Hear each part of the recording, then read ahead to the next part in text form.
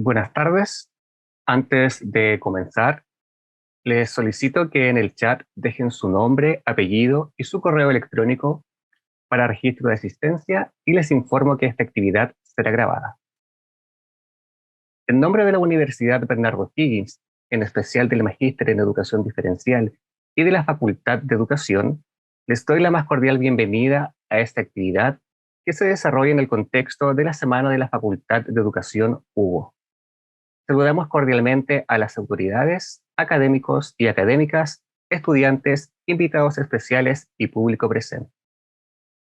Invito al vicerrector académico de nuestra Casa de Estudios, Dr. Jorge Arias Garrido, a que nos dirija unas palabras de bienvenida. Muchas gracias, Carlos. Me indican si se escucha bien. Muchas gracias por la invitación, decano, a dar algunas palabras de inicio a esta actividad. Y muy buenas tardes a todas y a todos en sala, particularmente quienes nos visitan desde fuera de la universidad.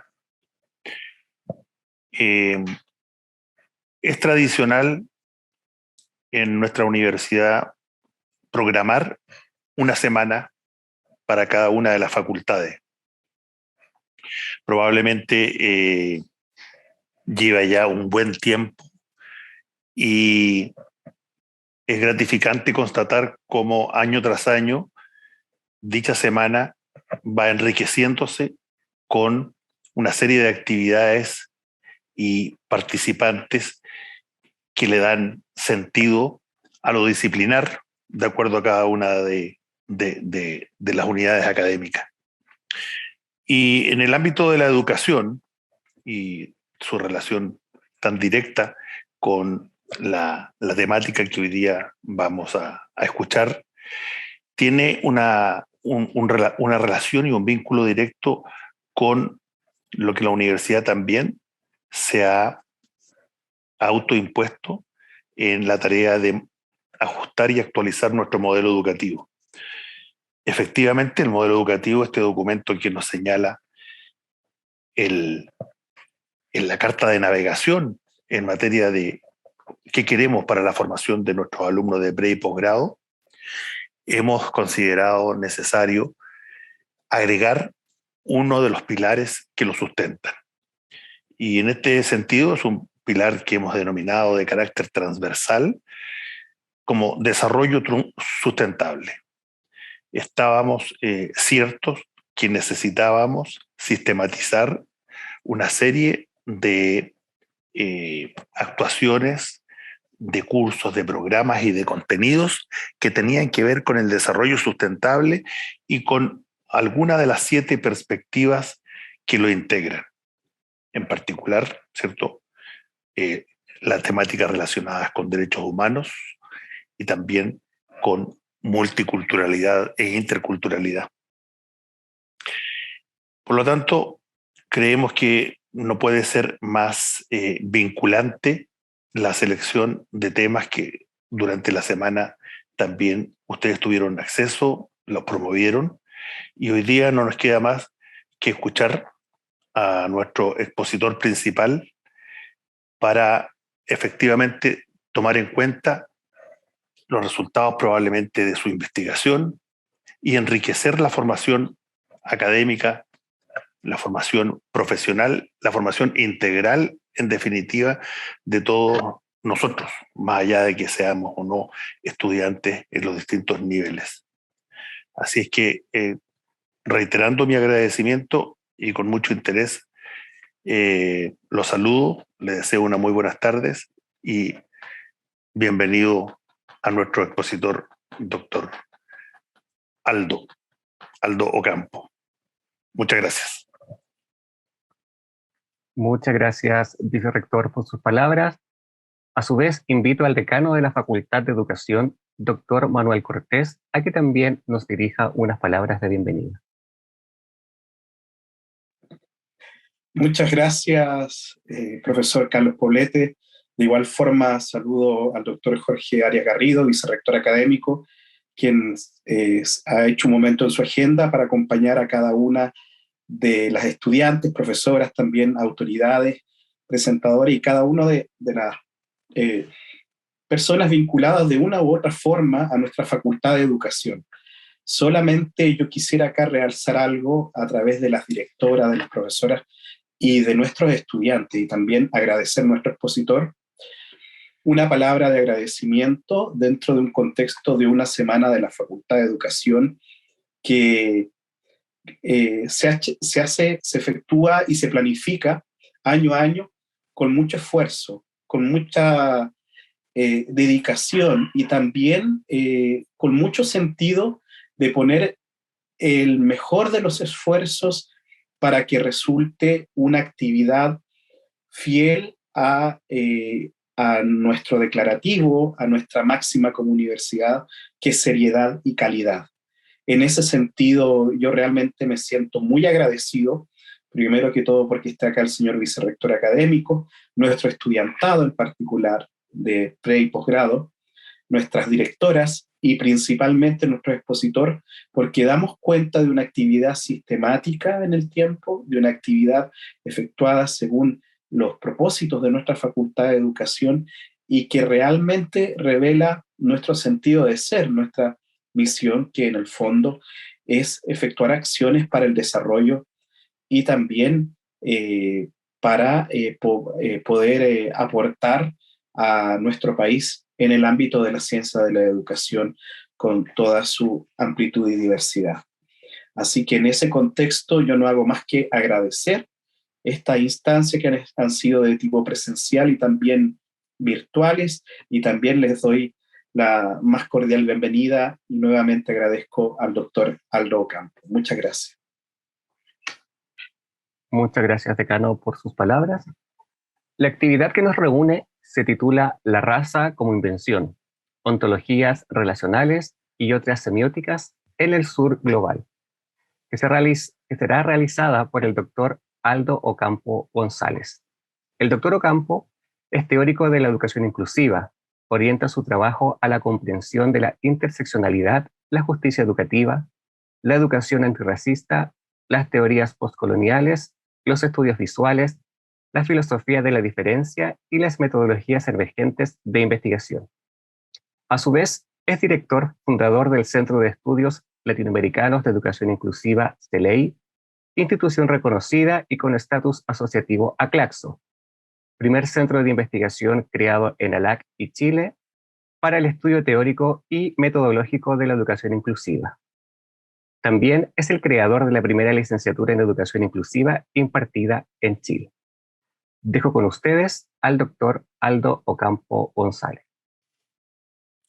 Muchísimas gracias, Carlos, por la presentación. Agradecer a las autoridades universitarias por este espacio, en particular al señor vicerrector, al señor decano, de manera muy afectuosa a la directora de la Escuela de Educación Diferencial, quien también encabeza el magíster, y a todo el cuerpo académico de su escuela, y a la directora de la Escuela de Educación Inicial, a Verónica, también por estar acá, y saludar a todos quienes nos acompañan el día de hoy.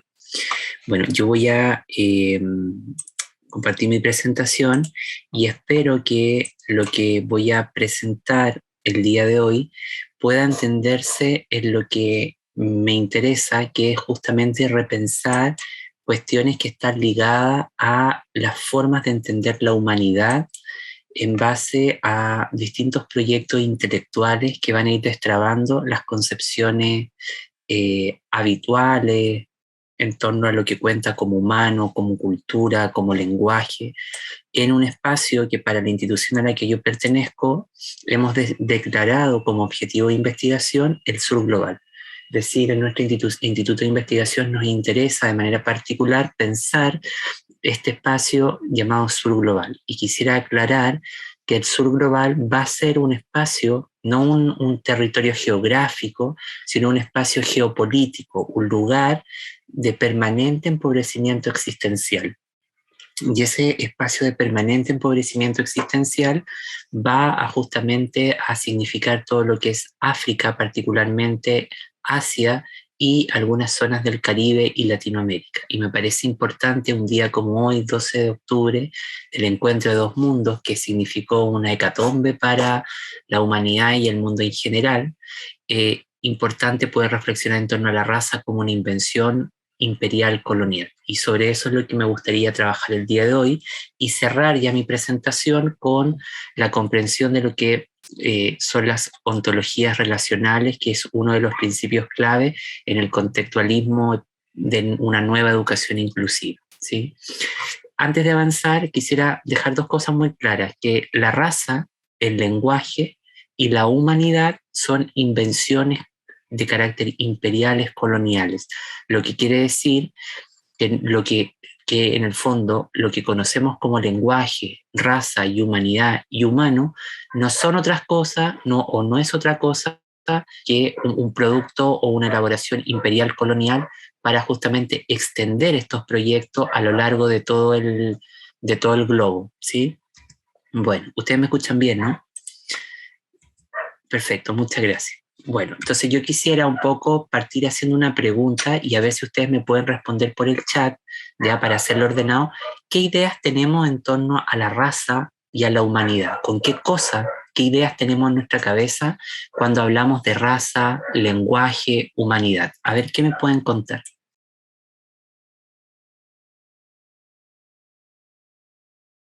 Dejamos ahí unos minutitos.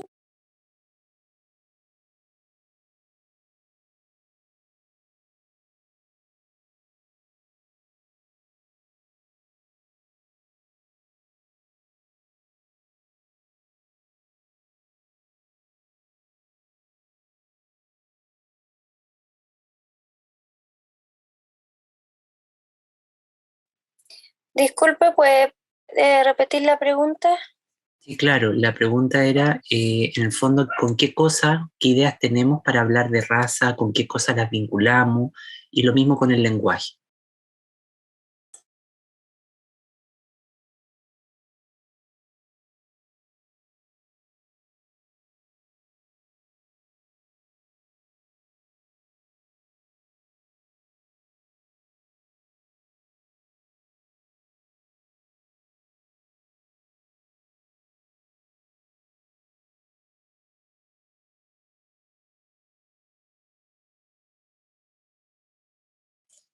Perfecto, yo voy leyendo por acá algunos aportes que se hacen. Por ejemplo, la profesora Chestin dice raza una sola. Karen dice formas de etiquetar y diferenciar a través de la raza. Nicole Mamani dice raza, ancestros, linaje. Macarena Figueroa dice lenguaje, actividad humana que nos permite conectarnos. Gaby dice raza, ancestros. Diana, diversidad humana. Nicole vuelve a decir que el lenguaje es una expresión oral. Gaby dice, pero debería ser una sola. Y Macarena dice raza, división de la especie humana que nos da características físicas y culturales. Muy bien. Rocío, lenguaje, códigos. Y Macarena agrega acá diciendo que hay una raza, una herencia y una raíz, ¿no? Bueno, y el decano dice que las razas no existen desde el punto de vista de la genética molecular. Bueno, yo agradezco su aporte y lo primero que quisiera dejar muy en claro para efectos de esta presentación es que la idea de la raza, a ver, Vanessa agrega acá algo, dice, la raza es un grupo de humanos que solo se diferencia por características físicas, psicológicas, pero al fin y al cabo somos seres humanos con sentimientos y energía, dice ella. Bueno, muchísimas gracias a todos quienes han incorporado su aporte. Bueno, lo que yo quisiera partir un poco dejando muy en claro que la idea de la raza y del lenguaje van a concebirse como como un binomio sumamente importante para lograr los propósitos de la colonialidad, que va a ser diferente a la colonización, ¿ya? ¿Y por qué parto con esto? Porque cuando miramos todos los movimientos críticos o los proyectos de conocimiento en resistencia, que van a ser todo, y entre ellos está la descolonización, la idea de la raza y del lenguaje se convierte en un binomio, ya en un binomio inseparable para que la empresa del colonizador pueda funcionar. Esto quiere decir que a través de la raza, como una invención, y del lenguaje, de las lenguas imperiales como el español, el inglés, el portugués, como invención, lo que hacen es justamente extender el poder de la colonialidad y poder justamente controlar y hacerse con los territorios culturales, geográficos, pero sobre todo con los territorios políticos, ¿no? ¿Y qué va a pasar en el sur global, en este espacio de permanente empobrecimiento existencial? Que la idea de la raza van a ir borrando distintas manifestaciones o diferencias asociadas, diferencias biológicas, genéticas, diferencias culturales, ¿no es verdad? Preeminentemente de orden cultural o sociogenéticas, como lo va a decir Fanon, van a tratar de castrar toda esa gran expresividad humana y van a establecer patrones de jerarquización de formas del humano que pueden o no considerarse válidas y otras que habría que eliminar. Esta idea va a tener un impacto sustantivo en lo que nosotros conocemos como las formas ontológicas o las comprensiones del humano en la educación, ¿ya? Y nos guste o no, para bien o para mal, la concepción que de esto se desprende es la que se llama el humanismo clásico. ¿Qué quiere decir esto? En filosofía y particularmente en ontología, el humanismo clásico va a ser la principal denuncia que van a hacer todos los movimientos postestructuralistas y particularmente antiesencialistas desde la década de los 70 hasta el día de hoy. ¿Y qué movimientos están en ese cuestionamiento? La decolonialidad, la interseccionalidad, el feminismo, lo postcolonial, la interculturalidad crítica, los nuevos estudios de democracia, la filosofía de la diferencia, incluida la filosofía política. El humanismo clásico va a sancionar una única forma de existencia como válida y que se va a expresar en el hombre, particularmente en la existencia dada por el hombre blanco, burgués, católico, etc. Y esto va justamente a marginar a una serie de identidades que justamente no comulgan con estos criterios de comprensión del humano. Y esto que queda por fuera del humanismo clásico, los investigadores en decolonialidad llaman la exterioridad ontológica, que es lo que a mí me parece importante hoy día abordar, ¿no? ¿Y qué es la exterioridad ontológica? Todo lo que queda, o todas las expresiones del humano que quedan por fuera y más allá del canon ontológico validado por Occidente, ¿no? Y que ahí estamos muchos de nosotros como latinoamericanos y particularmente los que habitamos el sur de Latinoamérica, ¿no? Y eso va a tener implicancias sustantivas para justamente relacionarnos y poder entender los modos de convivencia y relacionamiento cotidiano. Bueno, lo primero que yo quisiera partir señalando es que esta idea de pensar la raza, el lenguaje, la decolonialidad, va a coincidir con la idea de la inclusión como fenómeno cultural, relacional y estructural, ¿ya? Y para eso habría que entender a la idea de la inclusión como una categoría, como un movimiento diferencial de oposición en sí mismo. Y aquí me parece importante entender como movimiento diferencial, no el que diferencia o asume la diferencia del otro en términos negativos y especular y que genera prácticas de asimilación, ¿ya? Sino que un movimiento que asume un sentido diferente de la existencia humana y genera prácticas de resistencia, de transformación y de participación en otra clave, ¿ya? Para participar del mundo. Y esto nos habla entonces que va a construir una singular conciencia histórica que va a tratar de habitar por fuera y más allá de los múltiples grupos significados como marginales, que en el fondo son todos estos grupos culturales construidos al margen de la historia o que en el fondo no han sido narrativizados en sus propios términos, ¿sí? Sí, y esto nos lleva entonces a reconocer que si partimos del entendimiento que todo fenómeno, y en particular la inclusión, la interculturalidad y las prácticas de alfabetización, pueden constituirse en un dispositivo de transformación y alteración de las formaciones culturales y psíquicas que habitan múltiples grupos y colectividades. Entonces lo que vamos a ver acá es que esto es una invitación para trabajar, ¿no es verdad?, para aprender a destruir o perforar o de alguna manera desestabilizar esas concepciones arbitrarias que nos llevan a formas reduccionistas del humano. Aquí lo que me interesa a mí un poco compartir con ustedes es hacer ver esta idea de la desposesión sistemática de diversos grupos culturales que van a ser construidos al margen de la historia, ¿no? Y que eso se convierte en un dilema ético, político y también metodológico, que la investigación sobre educación y particularmente sobre política cultural contemporánea ha de reflexionar más poderosamente.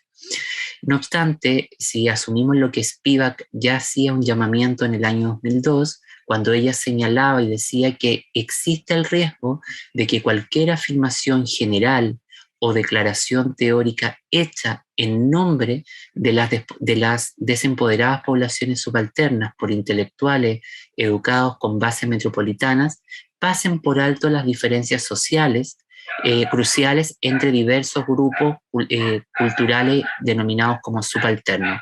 Y aquí yo quisiera aclarar algo muy, muy importante que tiene que ver con la idea de los subalternos. Los subalternos en general no tiene que ver con aquello que está subordinado, como a veces aparece en la prensa o en la televisión o en muchos circuitos académicos, sino que en el fondo la idea de el subalterno es un concepto heterogéneo que se amalga múltiples grupos en situación de desventaja social y particularmente grupos oprimidos, y que muchos de esos grupos oprimidos han sido contados o ubicados al margen de la historia, ¿ya? Y ahí, por ejemplo, habría que identificar cuáles son esas luchas o esos grupos que han quedado justamente ubicados al margen de la historia. Y además decir que el concepto de subalterno es un concepto altamente contingente y un concepto inconmensurado, es decir, es amplio, inmenso y aglutina una multiplicidad de formas existenciales, de grupos humanos, grupos culturales, ¿ya?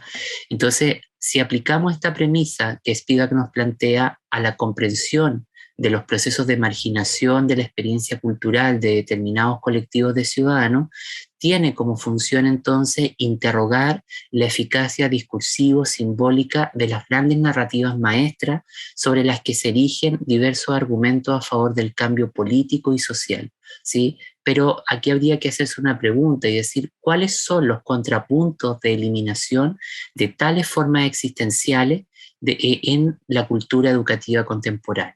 O más bien preguntarnos cómo los engranajes o la estructura educativa justamente colaboran para mantener en esos espacios a ciertos grupos narrativizados al margen de la historia, ¿ya?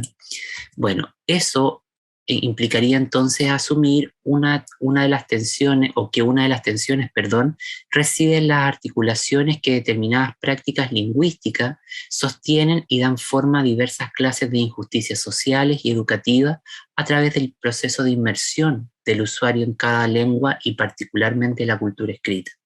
Sin duda, la metodología de oprimidos planteada por Chela Sandoval plantea distintos argumentos críticos para subvertir este complejo proceso de inmersión en los engranajes de la cultura escrita. Y una de las cuestiones fundamentales aquí es entender que la cultura escrita es un proceso de marginación ontológica o marginación de múltiples formas existenciales del humano, ¿sí? Como vamos a ver a continuación. Esto que estamos señalando permitiría entonces reconocer que las diversas clases de obstrucciones a las que se enfrentan las prácticas lingüísticas y particularmente lectoescriturales en la escena escolar no pueden ser escindidas o entendidas desde la contribución exclusivamente de la decolonialidad, una perspectiva crítica de tipo original surgida de Latinoamérica. Necesitamos profundizar acerca de la colonialidad del lenguaje, una categoría de análisis, ¿no es verdad?, como una analítica que busca interrogar los modos de constitución del pasado y del presente, un corpus de pensamiento que busca recuperar la espacialidad lingüística heterogénea en oposición a las formas en las que entendemos el lenguaje y las posibilidades lingüísticas y existenciales de determinados grupos. ¿Qué es lo que va a buscar la colonialidad lingüística? En el fondo es reconocer que la lingüística, especialmente la lingüística aplicada, va justamente a reproducir todas las formas racistas, ¿no? Imperiales ligadas para entender la lengua. Y ahí, por ejemplo, el doctor Salikoko Mufene, un congolés residente en Estados Unidos, profesor de la Universidad de Chicago, ¿no? Él va a decir de forma muy desesperanzadora, pero con un tono de ironía, va a decir: yo pasé 20 años de mi vida publicando trabajo en distintas revistas científicas sobre lingüística y me rechazaban mis trabajos, decía él, porque los lingüistas más canónicos, más ortodoxos, no entendían lo que yo trataba de decir. En el fondo, lo que él decía y demostró que las lenguas africanas, asiáticas y de algunas zonas de Oceanía eran tan complejas como el español, el inglés y el portugués, solamente que los procedimientos quedaban como ocultos y no eran tan evidentes o a los que la lingüística convencional planteaba. ¿Y esto qué tiene que ver con nosotros como educadores? Esto es muy importante porque en el fondo nos da pistas para entender por qué ciertos estudiantes fracasan en su paso, en su interacción con la lectura, la escritura, los niveles de comprensión de lectura. No es porque tengan imposibilidades o dificultades de orden cognitiva o algo en el acto mental, sino que más bien tienen formas de organizar los modos de pensamiento, porque la lengua es una forma de organización del pensamiento en otra clave. Y esa otra clave va a regular una trama ontológica. Por lo tanto, esta relación de la colonialidad lingüística, para que opere la colonización lingüística, va a operar siempre a través de formas de jerarquización de la raza y evidentemente del lenguaje, ¿no? Por eso que de alguna manera a través de la colonialidad del lenguaje podemos mirar las múltiples ficciones que son imputadas a través de la concepción de una lengua dominante. Un espacio en blanco que es completado por un pensamiento que niega o pone en desmedro como algo no válido. El lenguaje siempre es el pivote de tal ficción con poder. En tanto, construcción mental se va a convertir en un sistema de movimiento, de agenciamiento letrado, pero que no es plenamente legítimo.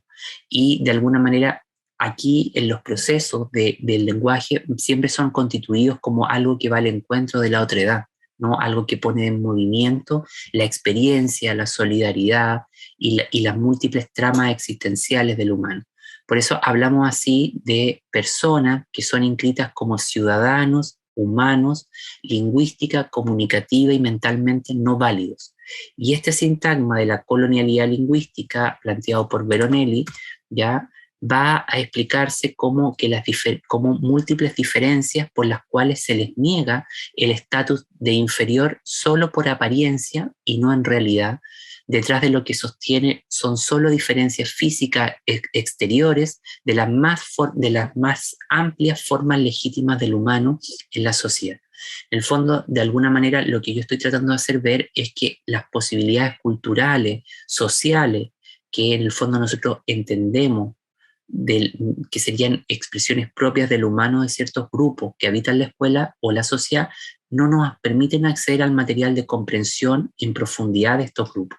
Y ese es un aspecto preocupante, porque hoy día lo que conocemos de los grupos minoritarios es una imagen fetichizada, un discurso reduccionista y que impone ciertas imágenes de pensamiento, pero no accedemos al material de comprensión más profundo de lo que significa ser discapacitado, de lo que significa, por ejemplo, ser indígena o no estando en esas categorías también habitar múltiples espacios de opresión. Por eso, los practicantes de esta particular táctica ideológica exigen que su humanidad sea legitimada, ¿sí? Y aquí vuelvo sobre la pregunta de lo ontológico: ¿cómo legitimar esas formas de humanidad que han sido construidas, narradas al margen de la historia? Así como está el imperativo de reimaginar el mundo y reimaginar el planeta, también tenemos que reimaginar o encontrar otras herramientas metodológicas para poder narrativizar en otra clave la experiencia cultural, semiótica, ontológica, política y pedagógica de ciertos grupos que habitan la escuela, pero que siempre están siendo arrastrados hacia las fronteras del derecho a la educación, que son las que producen estas prácticas exclusionarias. Y que esto implica que sea reconocida bajo la misma ley y asimilado en la forma más favorecida del poder humano. Estéticamente, el modo de conciencia de igualdad de derecho busca la duplicación, políticamente busca la integración y psíquicamente busca la asimilación. Su expresión puede ser tratada a lo largo de distintos movimientos de liberación críticos, pero me parece que este punto, cuando dice estéticamente el modo de conciencia de igualdad de derechos busca la duplicación, políticamente busca la integración y psíquicamente busca la asimilación, es el momento que hoy día vivimos en el abordaje de las diferencias a nivel de un proyecto político comprometido con las múltiples minorías, y que en el fondo mantiene el status quo de todos los problemas estructurales, relacionales, ligados a la comprensión de la desigualdad, ¿no? Por eso me interesa legitimar los conocimientos socioculturales de determinadas colectividades que escapan al ideal del ser humano definido por el humanismo clásico, ¿no?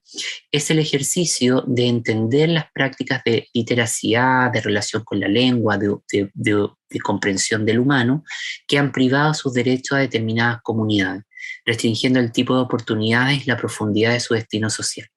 Y recordar para todos aquellos colegas que están en las trincheras, en la escuela, que todas las instituciones educativas producen un destino social, que se traduce en el tipo de recursos, insumos concretos que cada institución le otorga a sus estudiantes para que puedan participar del mundo, ¿no? No solo interesa recuperar el sentido ideológico, ¿no?, sino que disputar otras formas ideológicas, políticas de intervenir en el presente. Y me parece que ese va a ser un argumento fundamental. De la misma forma, puede ser concebida como estrategia de un poder afirmativo para justamente comprender cómo funcionan las reglas institucionales del mundo o de la sociedad que producen poblaciones excedentes o poblaciones en riesgo. Y estas mismas reglas institucionales de la sociedad son las que van a producir todos los problemas ligados a la desigualdad, a las opresiones, a los frenos al autodesarrollo que el sistema educativo va a plantear en sus prácticas de escolarización. Si las reglas de funcionamiento institucional de la sociedad generan poblaciones en riesgo, a per se, eso va a tener un efecto rebote en las configuraciones del sistema educativo. Por eso, y para cerrar esta parte introductoria, porque todavía no he dicho nada de lo que me interesa el día de hoy, este posicionamiento que yo traigo para compartir con ustedes se basa o asume, está basado fuera de los centros de poder y facilita las agendas de transformación. Tal compromiso implica una traducción intercultural o un pensamiento fronterizo.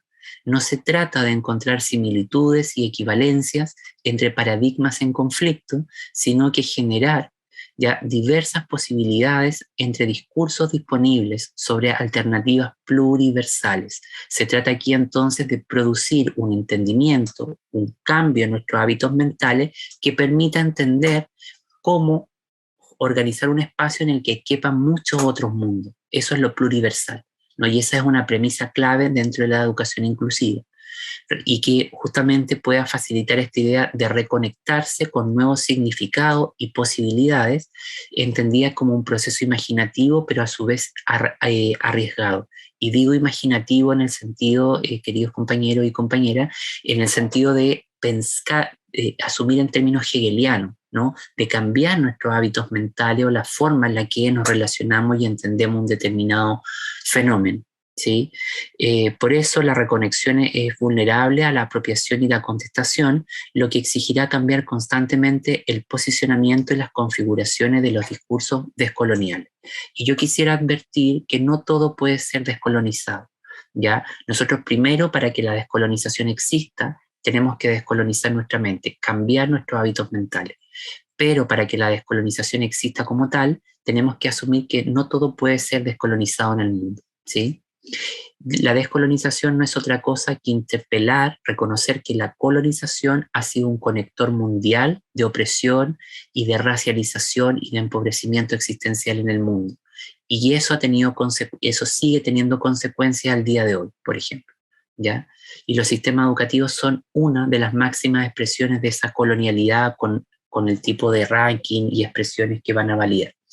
Bueno, llegado a este punto, me gustaría que pudiéramos mirar entonces a esta idea de por qué lo humano y la humanidad se convierten en invenciones imperiales y coloniales. Decir muy claramente que la categoría de ser humano y de humanidad son, a juicio de Silvia Winter, Sharma y Niñolo, invenciones imperiales coloniales, junto con el lenguaje, porque van a producir un efecto de control para explicar qué formas del humano son legítimas de considerar y cuáles no. Y la propuesta es aquí consolidar en términos prácticos un esencialismo, un antiesencialismo estratégico y una pedagogía de la solidaridad, ¿ya? Entonces, para mirar eso, me gustaría que pudiéramos decir lo siguiente, que para abordar la amplia diversidad de problemas ligados al lenguaje, la educación, la alfabetización, las prácticas letradas, culturales, de determinados grupos ubicados al margen de la historia y convertidos en subalteridades o exterioridades ontológicas, se plantea la necesidad de atender cautelosamente a las articulaciones de la matriz moderno-colonial, porque esto implica trabajar en contra de esta empresa, es reconocer la necesidad de comprender la realidad existencial específica de cada grupo cultural y especialmente la zona geopolítica imaginaria denominada Latinoamérica, a favor de lo que Winter llama la transformación de nuestra original dominante estructura social subordinada y su perspectiva y cognitivas concomitantes matrices en otras nuevas formas de relaciones recíprocas. Una de las tareas críticas que asumo en esta parte, en esta lámina, consiste en luchar para garantizar otra forma de analizar la creación de un nuevo mundo, un imperativo que ya aparece en la filosofía, sobre todo con los movimientos por el acontecimiento, por ejemplo, y que hoy día, a través de la UNESCO, por ejemplo, se habla de reimaginar el mundo, un objetivo que nuestro centro de investigación ha tenido desde siempre, desde su fundación, por ejemplo, ¿no? Que la educación inclusiva no hace otra cosa que reimaginar los engranajes del mundo, por ejemplo, y las estructuras de participación. Esta tarea crítica de producir un nuevo mundo asume el reto de reconocer los horrores, las novedades y las potencialidades que hay en él. Es el acto de desplazar los sistemas de acumulación de las diferencias que colonizan al ser en sus diversas expresiones, jerarquizándolo y homogenizándolo en sus múltiples formas existenciales, en tanto propiedades de la exterioridad ontopolíticas de la modernidad, como yo me gusta denominar a todo lo que queda por fuera de la modernidad, que es los desdenes ontológicos o indiferencia de lo humano. En el fondo, eso es lo que eso constituye, ¿no? De esta manera necesitamos expandir el sentido de quiénes somos y cómo nos aproximamos al complejo entramado de relaciones que define nuestra participación en los engranajes de la cultura y particularmente en los mecanismos ontológicos que nos permiten coexistir como cohumanos. Y esta idea de lo cohumano es muy importante porque rompe con el esencialismo o con la idea de la diferencia asociada a una carga negativa o a una atribución negativa que tiene mi identidad y que genera prácticas de diferenciación social. Los criterios de cohumanidad, o como Winter llama, criterios de coespecificidad del humano, son claves para entender cómo todos nosotros estamos interrelacionados entre sí. Y esa es una premisa fundamental en las ontologías relacionales. Todo cuanto existe está interrelacionado, ¿sí? Y por eso que lo inter a través del ser humano existe a través del otro. Nadie existe en el vacío, ¿no? Esa es la concepción que por lo menos muchos teóricos o filósofos canónicos y más bien no tan canónicos van a validar. Por ello, la opción de formar nuevas relaciones sociales con unos a otros basado en una humanidad compartida. Ese es el propósito de los criterios de coespecificidad del humano.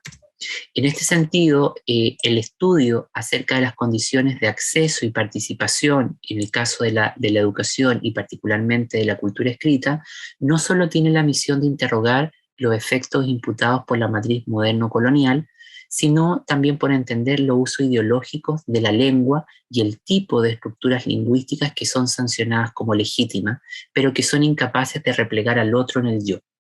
En esta analítica o en esta concepción no es posible observar las huellas del otro.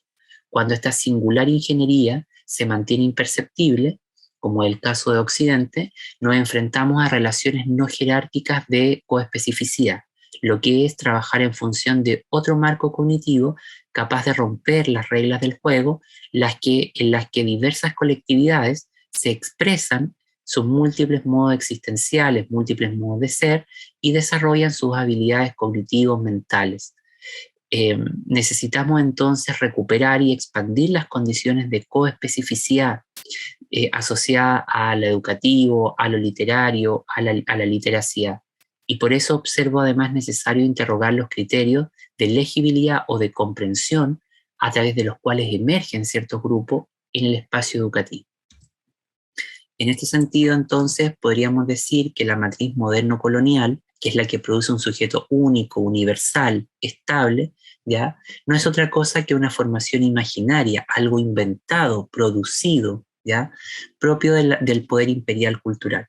Y aquí a mí no me interesa discutir cuestiones del imperialismo como tal, sino que ir a reconocer que el imperialismo también es un acto imaginativo, pero que operó en lo político y tiene impacto al día de hoy a nivel estructural, relacional, en nuestras vidas, ¿sí?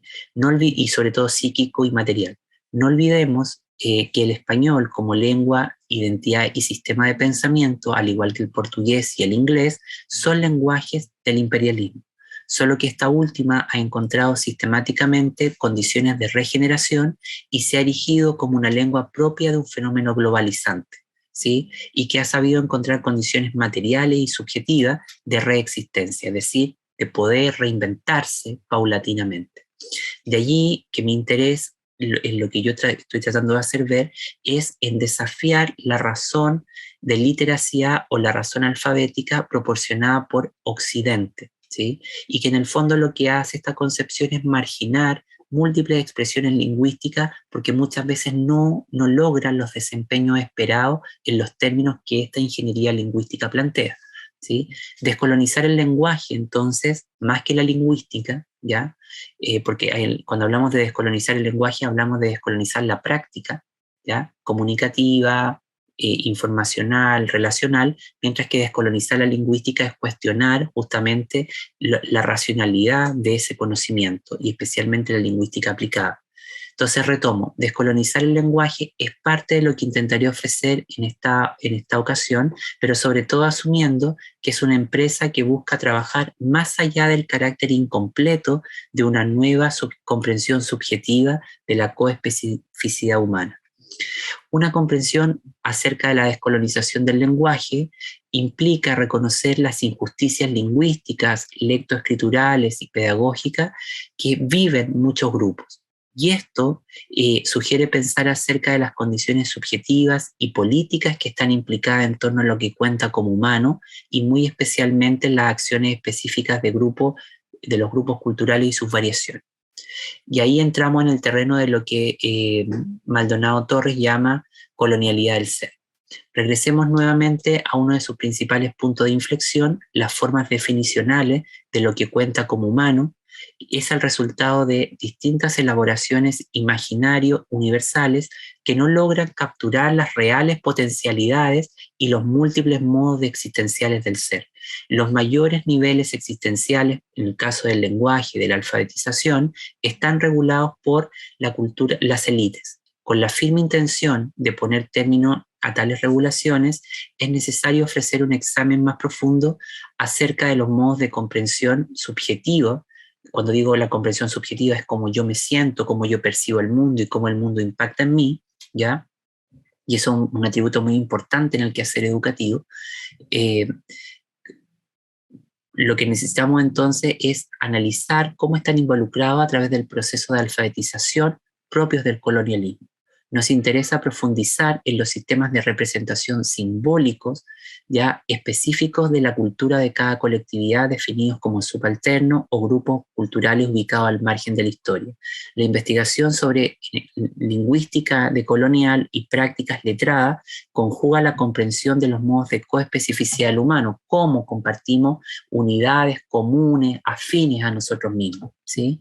Para Winter, la comprensión subjetiva de las personas nos dice mucho acerca de cómo poner fin al colonialismo, y ahí hay una cita que dice lo que los sujetos de cada orden humano están capacitados para experimentarse a sí mismos como parientes simbólicos o coespecíficos interaltruistas, ¿sí? Si nuestra tarea entonces pretende la desestabilización de la matriz moderno-colonial del lenguaje y del ser, entonces es necesario que aprendamos a reconocer los entendimientos subjetivos esencialistas que atraviesan la experiencia lingüística, afectiva y relacional de múltiples grupos, definiendo condiciones educativas limitadas en cuanto a su coespecificidad.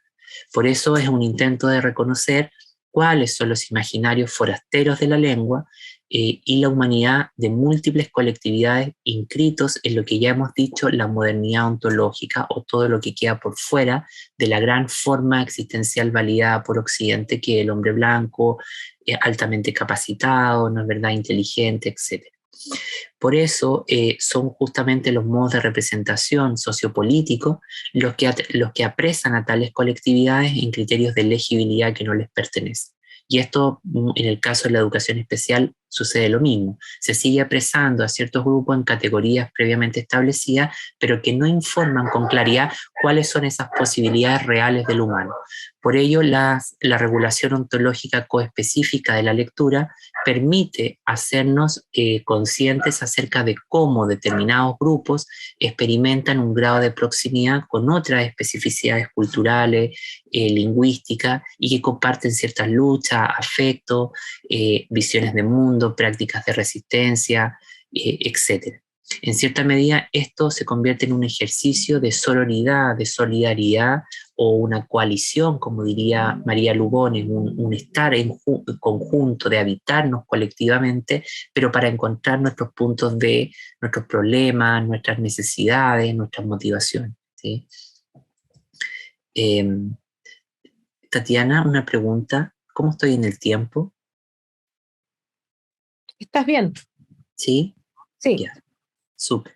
Entonces, acá lo que nosotros tendríamos que asumir, y para no aburrirlos mucho, parafraseando a Winter, que es lo que me interesa el día de hoy, necesitamos hacer un uso de la categoría que ella propone de Propter, que en el fondo el concepto de Propter es el que ella dice, en el fondo, cómo el poder psíquico del humano, el poder de transformar nuestra experiencia humana, necesita entender la necesidad de englobar a todos los humanos como una especie, pero una especie conformada de múltiples singularidades, de múltiples formas de ser uno y mucho a la vez. Es luchar por una totalidad ontológica co-identificada. Y esto en el proceso de alfabetización o comprensión del lenguaje, en clave de colonial, asume la tarea crítica de alinear la multiplicidad de comprensiones subjetivas de diversas colectividades que son albergadas a través de tales coordenadas de participación. La lectura, en este caso, se convierte en una tecnología sociocultural y política que va a conectar a muchas experiencias del humano, a muchos grupos, ¿sí? Y que va a romper con las escalas de valoración jerárquica que reproduce el problema ontológico de los grupos sociales. Esto que yo ya explicaba, cómo un atributo negativo ligado a la identidad puede generar condiciones de marginación, de diferenciación social. Mi tarea, y la tarea que yo los invito, es a imaginar otros modos de alfabetización, de existencia en la escena escolar, ¿sí? Lo que necesitamos es producir un amplio campo de justicia cognitiva. Si no hay justicia cognitiva, que es la que va a operar en qué tipo de saberes necesitamos para leer la experiencia del humano en sus propios términos, no va a haber nunca una justicia ontológica que va a hacer entender los múltiples modos del humano en lo que son. La clave es reconocer que esto es un proceso que funciona mediante el reconocimiento de múltiples otros coespecíficos. Esta exterioridad ontológica, en el fondo lo que hace es producir gente que va a ser menospreciada y va a ser entendida bajo el concepto de desdenes ontológicos, ¿sí? Que en el fondo se convierte en un modo de representación, uno que abarca a personas muy diversas y que se convierte a su vez en una premisa de carácter o lucha antiesencialista y materialista, ¿no? Y digo antiesencialista porque busca romper con todas esas clasificaciones biologicistas, anormalistas del humano, y que por otro lado materialista entiende que el ser humano es el resultado de la interacción permanente con las distintas estructuras de participación que habita, ¿sí? Bueno, y en ese sentido, entonces, me voy a saltar, necesitamos entonces reconocer que el problema del humano no se basa en la identidad a per se, que se da, sino en las enunciaciones de lo que significa ser humano, enunciaciones que son inventadas y distribuidas por aquellos que de manera más convincente y poderosa imaginan qué características son correctas, nobles y moralmente aceptadas para definir lo que cuenta como humano, como válido, como experiencia humana legítima. Y en este proyecto su imagen, experiencia del humano, es la esfera de la humanidad universal. El humano es, por tanto, según Mignolo, el producto de una particular epistemología. Sin embargo, parece ser una entidad naturalmente independiente que existe en el mundo. ¿Sí? Y esto, bueno, todo esto, y va a insistir Mignolo diciendo que el discurso de que nosotros todos nacemos iguales está infectado con prácticas de inequidad que dan forma a cómo vivir en el mundo de manera diferente. Por ello, el espejismo de la totalidad hegeliana, marxiana, durkheimiana, que son los todos homogéneos, universalismos clásicos en política, nos van a dar una visión de una totalidad epistémica, una forma de concebir el conocimiento que está cargado de una aparente apertura igualitaria, arraigado en varios derechos de nacimiento, pero que en el fondo confirman una práctica de homogenización. Por ello, dice, no podemos comprender la colonialidad del ser y del lenguaje sin ofrecer un examen minucioso acerca de la colonialidad del poder. Para hablar de colonialidad del ser y del lenguaje, necesitamos hablar de una colonialidad del poder, ya que es lo que estructura todo esto y divide al mundo, la experiencia humana, jerarquiza las razas, los lenguajes, etc. Lo que intentaré hacer en esta parte es reproducir un código epistémico y ontopolítico que permita subvertir de forma radical parte de la herencia filosófica occidental que cruza sin un rumbo ni mucho menos una morfología clara las configuraciones de la cultura y de la pedagogía. Y esto nos lleva entonces a reconocer una empresa que consiste en introducir coordenadas de pensamiento que no se podían explicar solamente como variaciones creativas o innovaciones dentro de la episteme europea moderna, ya fuera en términos del trabajo, de la voluntad del poder o del inconsciente. Por ello, para ya pasar a la segunda parte, la colonialidad del ser parte del supuesto que dice lo siguiente: si en adición a la colonialidad del poder, también existía la colonialidad del saber, entonces muy bien podría haber una colonialidad específica del ser, una forma de producir al otro, de regular al otro, de controlarlo, ¿ya? Y si la colonialidad del poder se refiere a la interrelación entre formas modernas de explotación y dominación, y la colonialidad del saber tiene que ver con el rol de la epistemología y las tareas generales de la producción del conocimiento en la reproducción de regímenes de pensamiento coloniales. La colonialidad del ser se refiere entonces a la experiencia vivida de la colonización y su impacto en el lenguaje y en las tramas de afectividad. ¿Sí? Y aquí para cerrar con esta parte, tanto Descartes como en Heidegger, va a aparecer esta misma idea. Si el ego cogito fue formulado y adquirió relevancia práctica sobre las bases del ego conquiro, esto quiere decir que pienso, luego soy, tiene al menos dos dimensiones insospechadas. Debajo del yo pienso podríamos leer otros piensan, y en el interior de yo soy podemos ubicar la justificación filosófica para la idea de que otros no son o están desprovistos de ser. De esta forma descubrimos la complejidad no reconocida de la formulación cartesiana del yo pienso, luego soy. Somos llevados a la noción más compleja, pero a la vez más precisa, histórica y filosóficamente. Y abre comillas ahí Maldonado Torre y dice: yo pienso, paréntesis, otros no piensan o no piensan adecuadamente. Luego soy, otros no son y están desprovistos de ser, no deben existir o son indispensables. ¿Sí? Y esta atribución pasa mucho, por ejemplo, para decir por qué los estudiantes fracasan en la escuela o por qué se experimentan ciertos resultados con determinados grupos culturales. De este modo, Y si lo relacionamos con la educación inclusiva, que es mi principal campo de aplicación, podríamos decir que se convierte en un llamamiento imaginativo y desafiante a construir modos de relacionalidad humana, subjetiva y expresiones ontológicas que aprendan a resistir creativamente ante los devastadores efectos del colonialismo intelectual y político que impregnan buena parte de la conciencia de lo que hemos validado como humano, humanidad, raza y en particular justicia. Todo esto, en el fondo, nos lleva a reconocer la necesidad de promover nuevas formas de solidaridad y de humanidad. Y para ello me gustaría compartir con ustedes una cita de Gastambide Fernández, que yo sé que algunos de ustedes ya lo conocen porque en el evento que organizamos con la Escuela de Educación Diferencial en agosto, él estuvo invitado. Y dice el profesor Gastambide Fernández, en torno a la solidaridad, dice: un papel central en la construcción de condiciones que se convierte, en un lugar, en un espacio privilegiado para producir distintos tipos de encuentros. Un encuentro que se opone a la colonización en curso y que busca sanar los estragos sociales, culturales y espirituales de la historia colonial. Esta convocatoria requiere abandonar las lógicas tradicionales de la escolarización formal que han definido los proyectos educativos durante los 2 últimos siglos. También requiere ir más allá de las cansadas concepciones de autonomía individual y la conciencia nacional.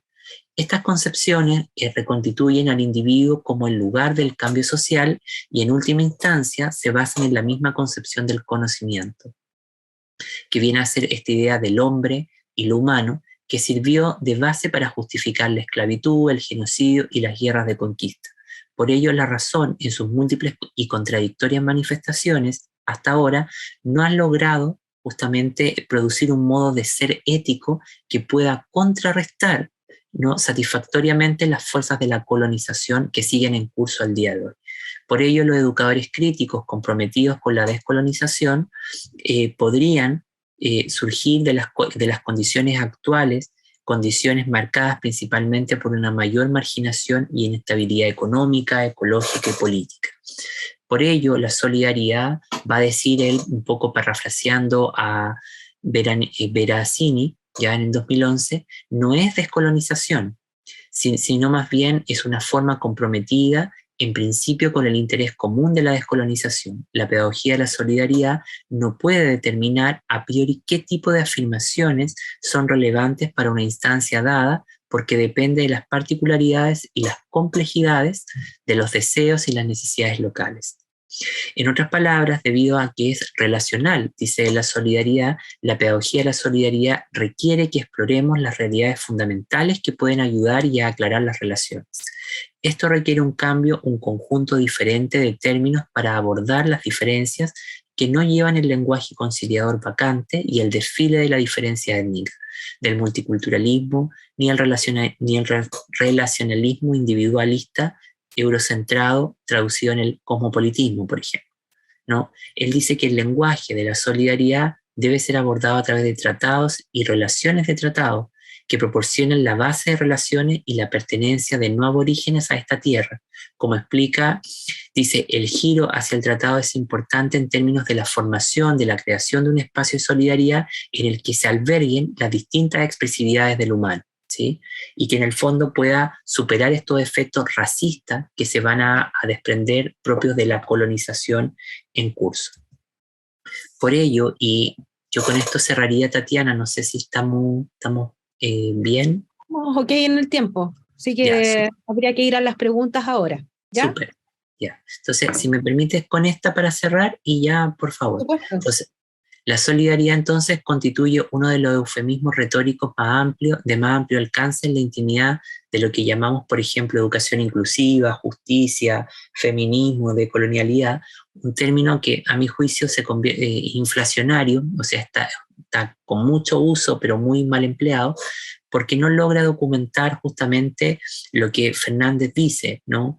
Una noción general de solidaridad se moviliza por una amplia gama de proyectos sin un conjunto consistente de parámetros que nos digan qué es esta solidaridad. El contenido teórico de la solidaridad parece estar eclipsado por su función apelativa. La solidaridad se moviliza a menudo como una forma convincente de expresar ciertos ideales políticos sin ninguna preocupación por articular justamente lo que se entiende precisamente por solidaridad, ¿sí? Y en el fondo se confunde con múltiples significados. Y este mismo efecto discursivo, teórico, va a tener también la educación inclusiva, ¿no? Que en el fondo se confunde con muchas cosas y da paso a una política de todo vale, pero que en el fondo termina enredándonos, confundiéndonos mucho más. Bueno, esto era parte de lo que yo tenía preparado para hoy día. Me quedaron algunas láminas acá, pero bueno, no era el tiempo, es lo que alcanzamos a compartir y yo espero que alguna de estas ideas a ustedes les haya resonado. Muchísimas gracias. Muchas gracias, doctor Aldo Ocampo, por su presentación. Invitamos a la audiencia que si tienen alguna pregunta la planteen vía chat o bien abriendo su micrófono para que sea respondida.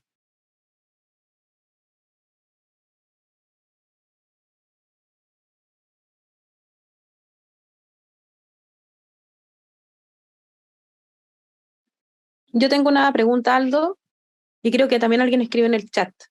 Justamente tenía que ver con eso, sobre la pedagogía solidaria.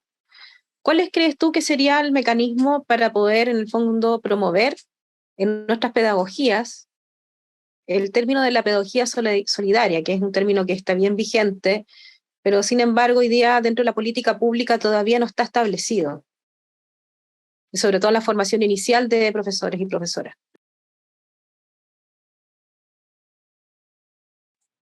Tati, ¿sería cómo promover eso? Claro.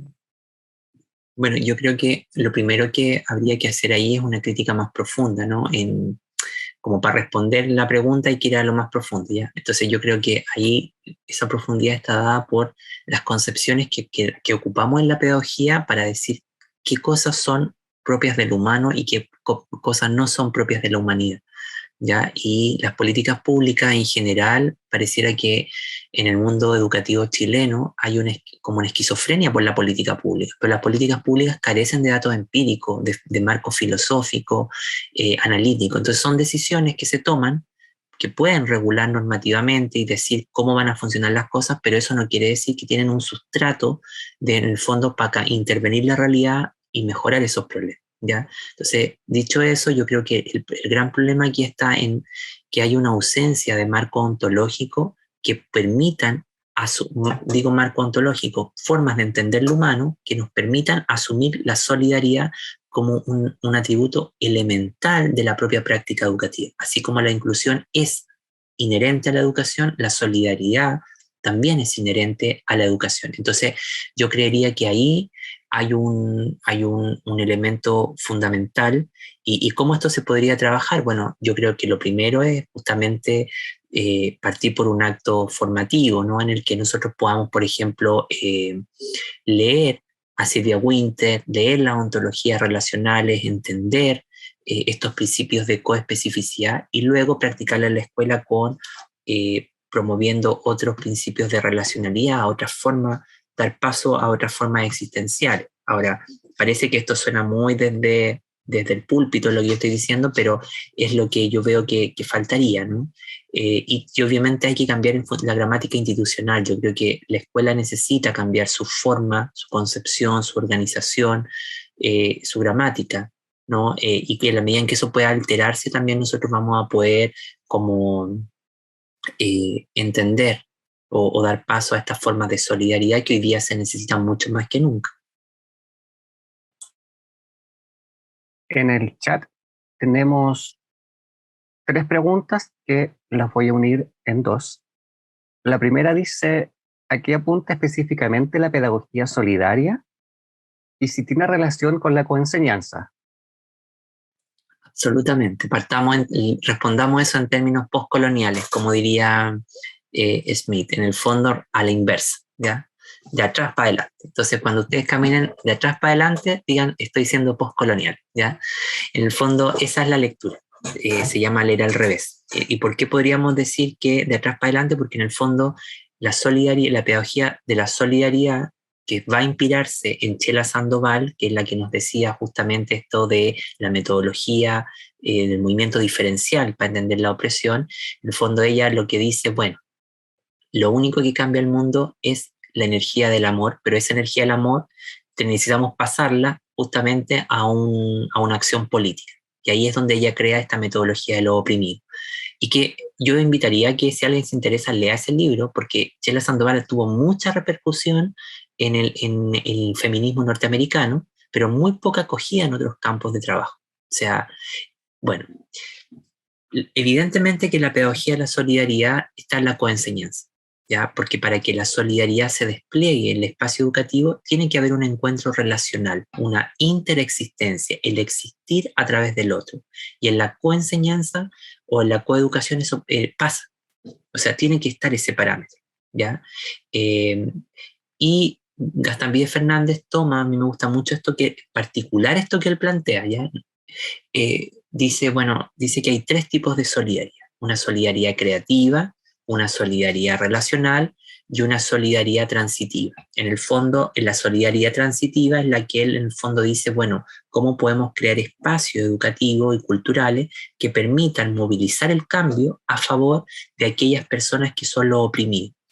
Pero aquí él me gusta algo porque se aleja del marxismo cultural para hablar sobre el marxismo cultural que puntualiza las minorías pero no resuelve nada, ¿no?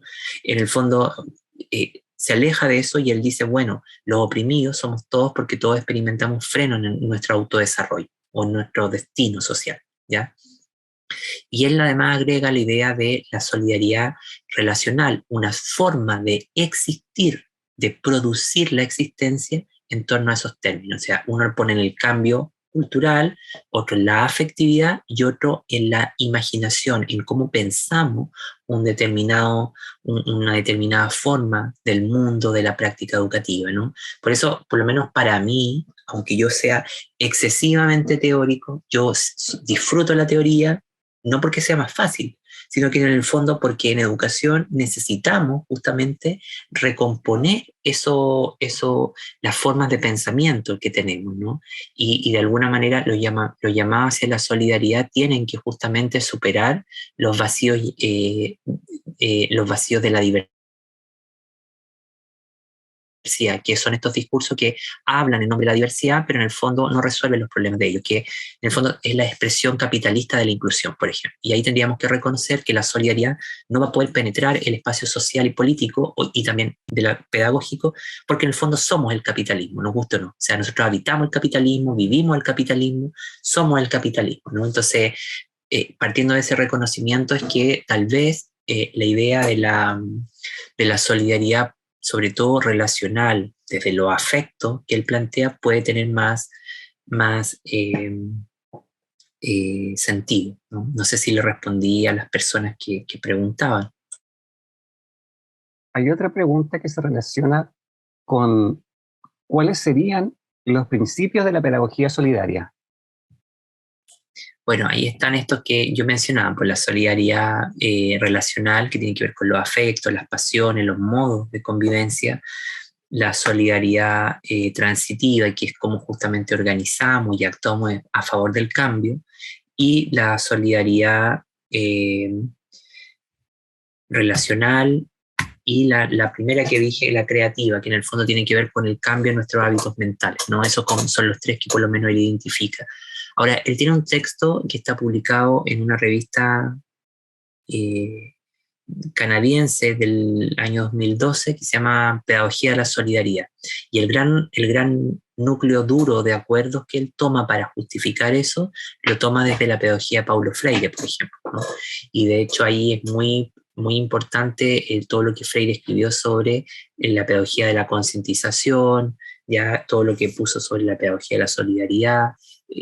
Gastón Vídez Fernández lo va a tomar como un principal elemento. Ahora, la solidaridad para mí es una parte de la recomposición del humano, y esa recomposición del humano exige una ontología relacional, reconocer las múltiples formas en las que Tatiana, Carlos, Verónica estamos interconectados, más que y eso es lo que Winter denomina como criterios de coespecificidad, formas en las que, siendo unidades, como diría Leibniz, completamente diferentes, ¿no? Que es lo que él va a explicar junto con Spinoza sobre la nomadología, que es la base de la singularidad.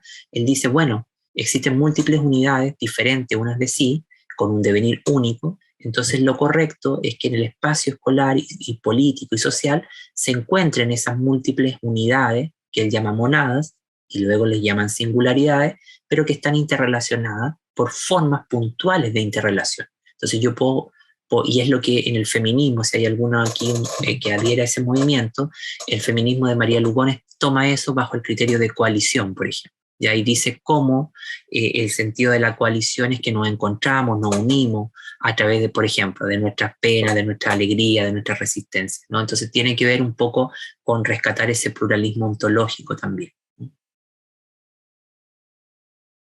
Muchas gracias, Aldo.